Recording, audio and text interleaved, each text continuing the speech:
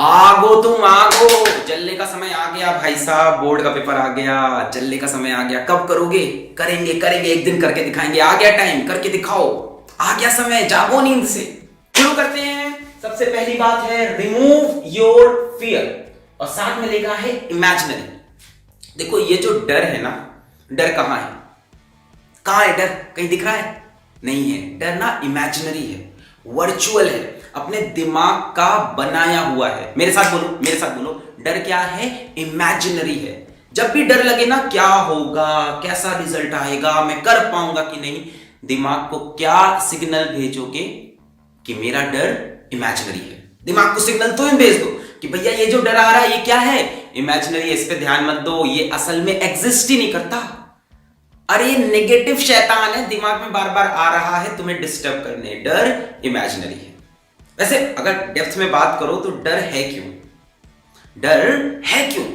क्या डर तुमको यहां से लेकर एग्जाम तक पढ़ने का है? क्या डर तुमको कड़ी मेहनत का है? अगर ऐसा है फिर तो तुम कायर आदमी हो, फिर तो तुम डरपोक आदमी हो। नहीं, तुम्हें डर है रिजल्ट का। मानो मेरी बात, तुम्हें डर है रिजल्ट का कि रिजल्ट में क्या होगा, कैसे नंबर आएंगे, पेपर कहीं टफ तो नहीं आएगा, वो क्वेश्चन मुझसे नहीं हुआ तो।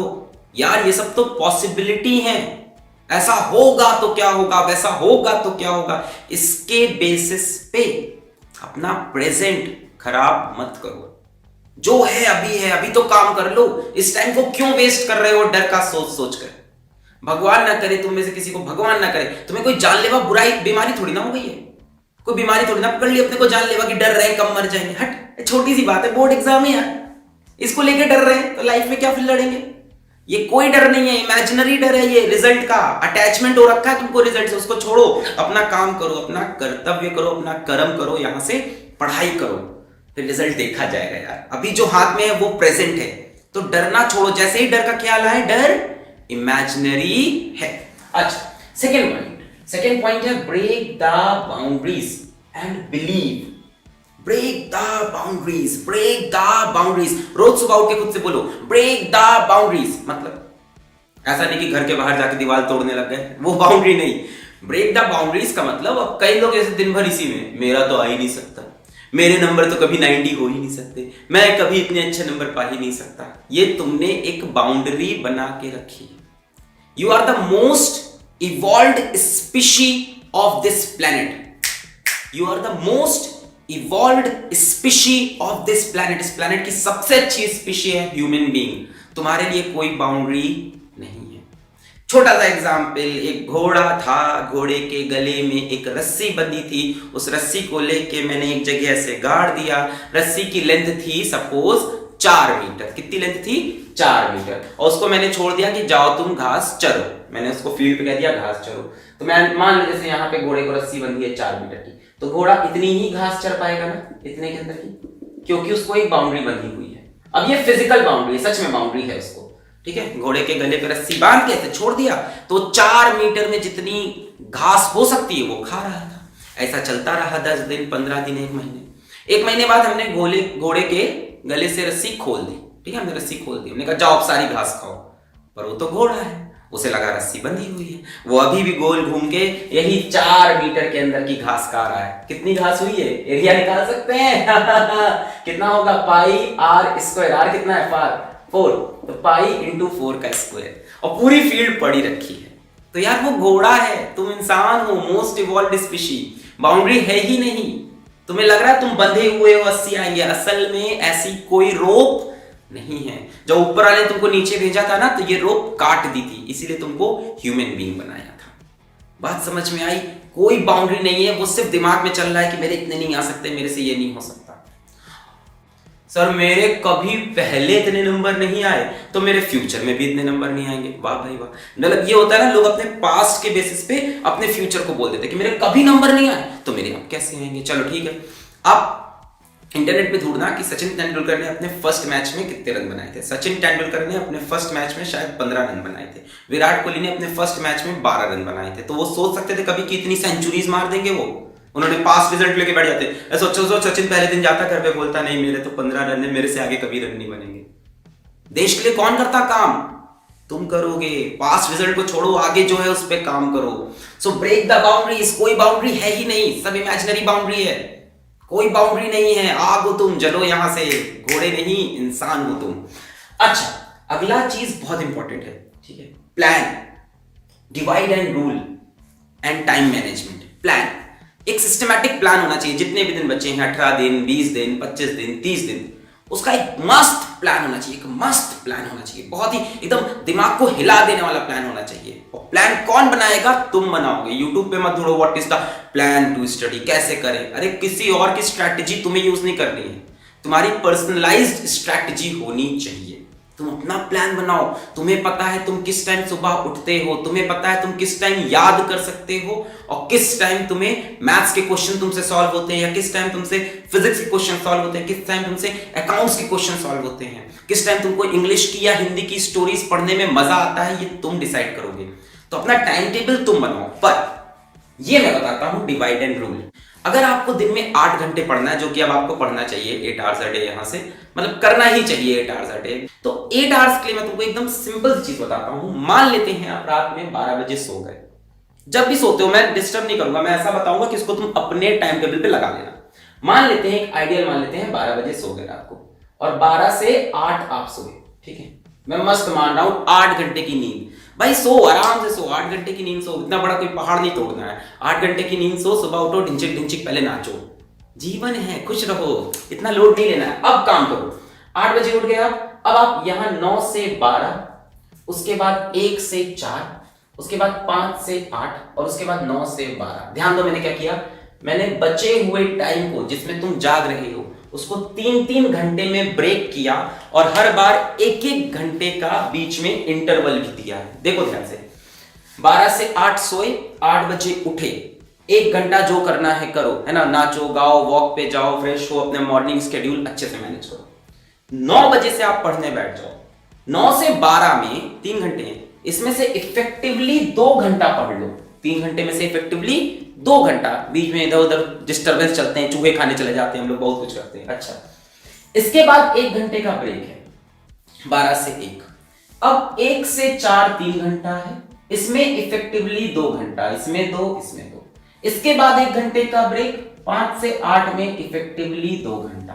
इसके बाद फिर 1 घंटे का ब्रेक, और 9 से 12 में इफेक्टिवली 2 घंटा। 2 2 4 2 6 2 8, 8 घंटे की नींद मिल रही है आपको। हर 3 घंटे के बाद 1 घंटे का ब्रेक मिल रहा है आपको दिन भर में। 1 2 3 और 1 4, ये वाला 4 घंटे का मस्त ब्रेक मिल रहा है। और जब पढ़ रहे हैं तो 3 घंटे में से सिर्फ 2 ही घंटे की पढ़ाई चाहिए। इतना फॉलो कर लो, यहां से 8 आवर्स पर डे की बढ़िया पढ़ाई हो सकती है। फॉलो करना होगा। इसमें गलती क्या करोगे तुम, एक दिन उठोगे सुबह, उठ के 9 बजे से बैठ के 3 बजे तक पढ़ लिए, उसके बाद सोचोगे हमने बहुत पढ़ लिया, दिन भर कोई पढ़ाई नहीं की, उसके बाद अगले दिन भी नहीं पढ़े क्योंकि कल तो 6 घंटा पढ़े थे। तो ये गलत होता है कि एक दिन 10 घंटा पढ़ लिया, अगले दिन कुछ नहीं पढ़े। ये शेड्यूल फॉलो करो, 3 दिन में 24 घंटा। ये है मतलब स्ट्रैटेजी, ये नहीं कि एक दिन 10 घंटा पढ़ लिया। तो इसको आप अपने टाइम टेबल पे लगा सकते हो। मान लो कोई 1 बजे सोता है, 9 बजे उठता है, कोई 2 बजे सोता है, 10 बजे उठता है, कोई हो सकता है 6 घंटा सो रहा हो। 6 से 8 के बीच में जरूर सोना, और रात की ही नींद लेना, और दिन की नींद को अवॉइड करना। बीच में कभी सोने का मन करे तो पावर नैप लेना। क्या लेना? Power nap. और खाने के बाद मत लेना इसको कि खाना खा लिया फिर पावर नैप, नहीं। पावर नैप तब लो जैसे मान लो दोपहर 10 बजे का टाइम है, 12 बजे का टाइम है, 4 बजे का टाइम है। पावर नैप होती है 20 मिनट्स की। 20 मिनट्स आंख बंद करके लेटना है, अलार्म लगा के, और फिर उठ जाना है। बढ़िया नींद मिलती है, टेंशन मत लो, अभी के लिए काम चल जाएगा। वैसे भी 8 घंटा सो रहे हो, इनफ है। तो डिवाइड एंड रूल, ये नहीं कि एक बार पढ़ना है, डिवाइड एंड रूल। देखो डिवाइड किया 3-3 घंटे में, 2-2 घंटे पढ़े, और बीच बीच में 1-1 घंटे का ब्रेक भी लिया। और अब आते हैं कि क्या पढ़ें, कहां से स्टार्ट करें। सर अगर मेरा कुछ कम तैयारी तो मैं कहां से स्टार्ट करूं? तो जिनकी कम तैयारी उनके लिए सबसे अच्छा है पहले प्रीवियस ईयर पेपर्स को do it do it do it do it do it do it do it do it do it, टालो मत। अभी भी कई लोग टाल रहे हैं कि मैं लास्ट में करूंगा, यही तो लास्ट है, इससे लास्ट क्या आएगा। सब सोचते हैं प्रीवियस ईयर पेपर को बाद में पढ़ाएंगे, बाद में करेंगे। भाई प्रीवियस ईयर करने से तुम्हें आइडिया होगा कि एग्जैक्टली किस तरह के क्वेश्चन पेपर में बार बार रिपीट हो रहे हैं। एक बार क्वेश्चन आएगा कि ये क्या है, फिर उससे जुड़ा हुआ, फिर उससे जुड़ा हुआ, फिर उससे जुड़ा हुआ। अपने प्रीवियस ईयर पेपर उठा के देखो, 2008 से 2018 के उठा लो, 2008 से 2018, तुम्हें मिलेगा 2009 में वही क्वेश्चन आया, 2011 में वही क्वेश्चन आया, 2013 में उसको घुमा के आसपास का क्वेश्चन आया। क्लोज क्वेश्चंस मिलेंगे एक ही तरह के, एक ही डेरिवेशन कई बार आई हुई है, एक ही तरह का न्यूमेरिकल वैल्यू चेंज होके कई बार आया। बहुत ज्यादा हेल्प मिलने वाली है प्रीवियस ईयर से, और तुम्हें यह भी पता चलेगा कि किन बकवास चीजों पे तुम टाइम वेस्ट कर रहे थे जो पेपर में आ ही नहीं रही है। 1 नंबर की आ रही है, 2 नंबर की, उस पर तुम पूरा पूरा दिन वेस्ट कर रहे हो। जैसे इससे जुड़ा ये है मार्क्स डिस्ट्रीब्यूशन, ये दोनों जुड़ी चीजें हैं। मार्क्स डिस्ट्रीब्यूशन तुमको एक तो सिलेबस से पता चलता है क्योंकि सीबीएसई बता देता है कि कितने में कहां से कितने नंबर का आना है, और दूसरा मार्क्स डिस्ट्रीब्यूशन तुमको प्रीवियस ईयर पेपर से बहुत सही आइडिया लग जाता है कि किस तरह के क्वेश्चन पे ज्यादा नंबर आ रहे हैं, किस तरह की डेरिवेशन पे ज्यादा नंबर आ रहे हैं। अब ये थोड़ी ना करना है कोई चीज आ ही नहीं रही, उसी को रात रात लेके बैठे हैं, फिर टीचर के पास भी ले जाते हो तुम लोग, सर ये आपने नहीं पढ़ाया, सर ये हमको समझ में नहीं आ रहा। ये सब करने के लिए साल भर था। स्मार्ट बनो, स्मार्ट स्मार्ट, यहां लिखा नहीं है वो पॉइंट, स्मार्ट स्टडी करनी है, हार्डवर्क तो करना ही है, साथ में स्मार्ट स्टडी करनी है। तो अगर स्मार्ट स्टडी करनी है तो आपको मार्क्स डिस्ट्रीब्यूशन देखना चाहिए चाहिए चाहिए अब, एक दिन पहले नहीं, अब देखो क्या चीजें नहीं आ रही, उस पर टाइम वेस्ट मत करो, उसको कम पढ़ो, जो आ रहा है भैया उसको पकड़ो। सिंपल सी लॉजिक थी, सबको पता था, फिर भी मैंने आपको बताया। लास्ट है डोंट इग्नोर स्कोरिंग सब्जेक्ट्स। कई बच्चे गलती करते हैं कि मैथ्स ही पढ़ रहे हैं, ठीक है, या अपना फिजिक्स ही पढ़ रहे हैं, या अपना पीसीएम पढ़ रहे हैं, या अपनी पीसीबी पढ़ रहे हैं, या परसेंटेज पूरे रिजल्ट का होता है, एक एक सब्जेक्ट मैटर करता है। तुम स्कोरिंग सब्जेक्ट को इग्नोर मत करो। जैसे कई लोग क्या फिजिकल एजुकेशन, कई लोग क्या कंप्यूटर एप्लीकेशन, कई लोग क्या हिंदी, ये सारे स्कोरिंग सब्जेक्ट हैं, इनको इग्नोर मत करो। कंप्यूटर में to get 90 in computer is so easy when compared to get 90 in physics, chemistry और मैथ्स। कंप्यूटर में बहुत इजीली 90 मिलता है, ठीक है, फिजिकल एजुकेशन में बहुत इजीली नंबर मिलते हैं। तो ऐसे सब्जेक्ट्स को भी तैयार करो क्योंकि उसमें थोड़ी सी मेहनत करके 90 क्रॉस हो सकता है, और कम मेहनत करोगे तो 80 70 बड़ा असर पड़ने वाला है रिजल्ट पे। तो जो छोटे छोटे नंबर ऐसे मतलब मिल रहे हैं ना, एक तरह से बट रहे हैं, मैं बोलना नहीं चाहता पर जो ये बट रहे हैं ना, इनको बटोरो, इनको बटोरो। ओवरऑल परसेंटेज बढ़ाना है तो मत पड़े रहोगे केमिस्ट्री में वो चैप्टर भी याद कर रहे हैं जो बचा हुआ था, उससे अच्छा कंप्यूटर के 4 चैप्टर और पकड़ लो, नंबर 10 मिलेगा, वहां 2 मिलेगा केमिस्ट्री का एक चैप्टर तैयार करके। ये नहीं कह रहा उसको छोड़ दो, प्रायोरिटी बता रहा हूं, अपनी डिसाइड करो। Don't ignore scoring subjects. तो यहां पे इस लेक्चर को हम रैप अप करते हैं, फिर से हम बातें करते हैं रिमूव योर फियर, क्योंकि फियर इमेजिनरी है, सिर्फ दिमाग में है। तुम्हें रिजल्ट का डर है, मेहनत से मत डरो, जो है वो प्रेजेंट है, प्रेजेंट में काम करोगे तब फ्यूचर में कुछ होगा। इमेजिनरी है, शैतान है। Second point, break the boundaries. घोड़े के गले में रस्सी बंधी थी, काट दी, फिर भी वो 4 मीटर के रेडियस में ही घास खा रहा था, क्योंकि उसके दिमाग में था कि बाउंड्री है। तुम मोस्ट इवॉल्व्ड स्पीशी हो, ह्यूमन हो, कोई बाउंड्री नहीं है, तुम जितना चाहो उतना नंबर ला सकते हो, ला सकते हो, ला सकते हो। आग हो तुम, खुद से बोलो आग हूं मैं। साथ में बोला बिलीव करो खुद पे, अपने ऊपर विश्वास रखो। प्रीवियस रिजल्ट पे असर, तुम्हारा प्रीवियस रिजल्ट से तुम्हारे फ्यूचर पे असर नहीं पड़ता। मैंने एग्जांपल दिया तुमको कि सचिन ने पहले मैच में 15 रन बनाए, उसके बाद भी सेंचुरीज हिट की, तो तुम भी कर सकते हो। कोई बड़ी चीज है ही नहीं। Plan, divide and rule, divide and rule. Subjects को भी डिवाइड एंड रूल करना है, सिर्फ टाइम को नहीं, सब्जेक्ट्स को भी डिवाइड एंड रूल करना है कि सुबह टाइम ये पढ़ूंगा, दोपहर में ये, शाम को ये, वो तुम्हारी फिजिबिलिटी के हिसाब से है।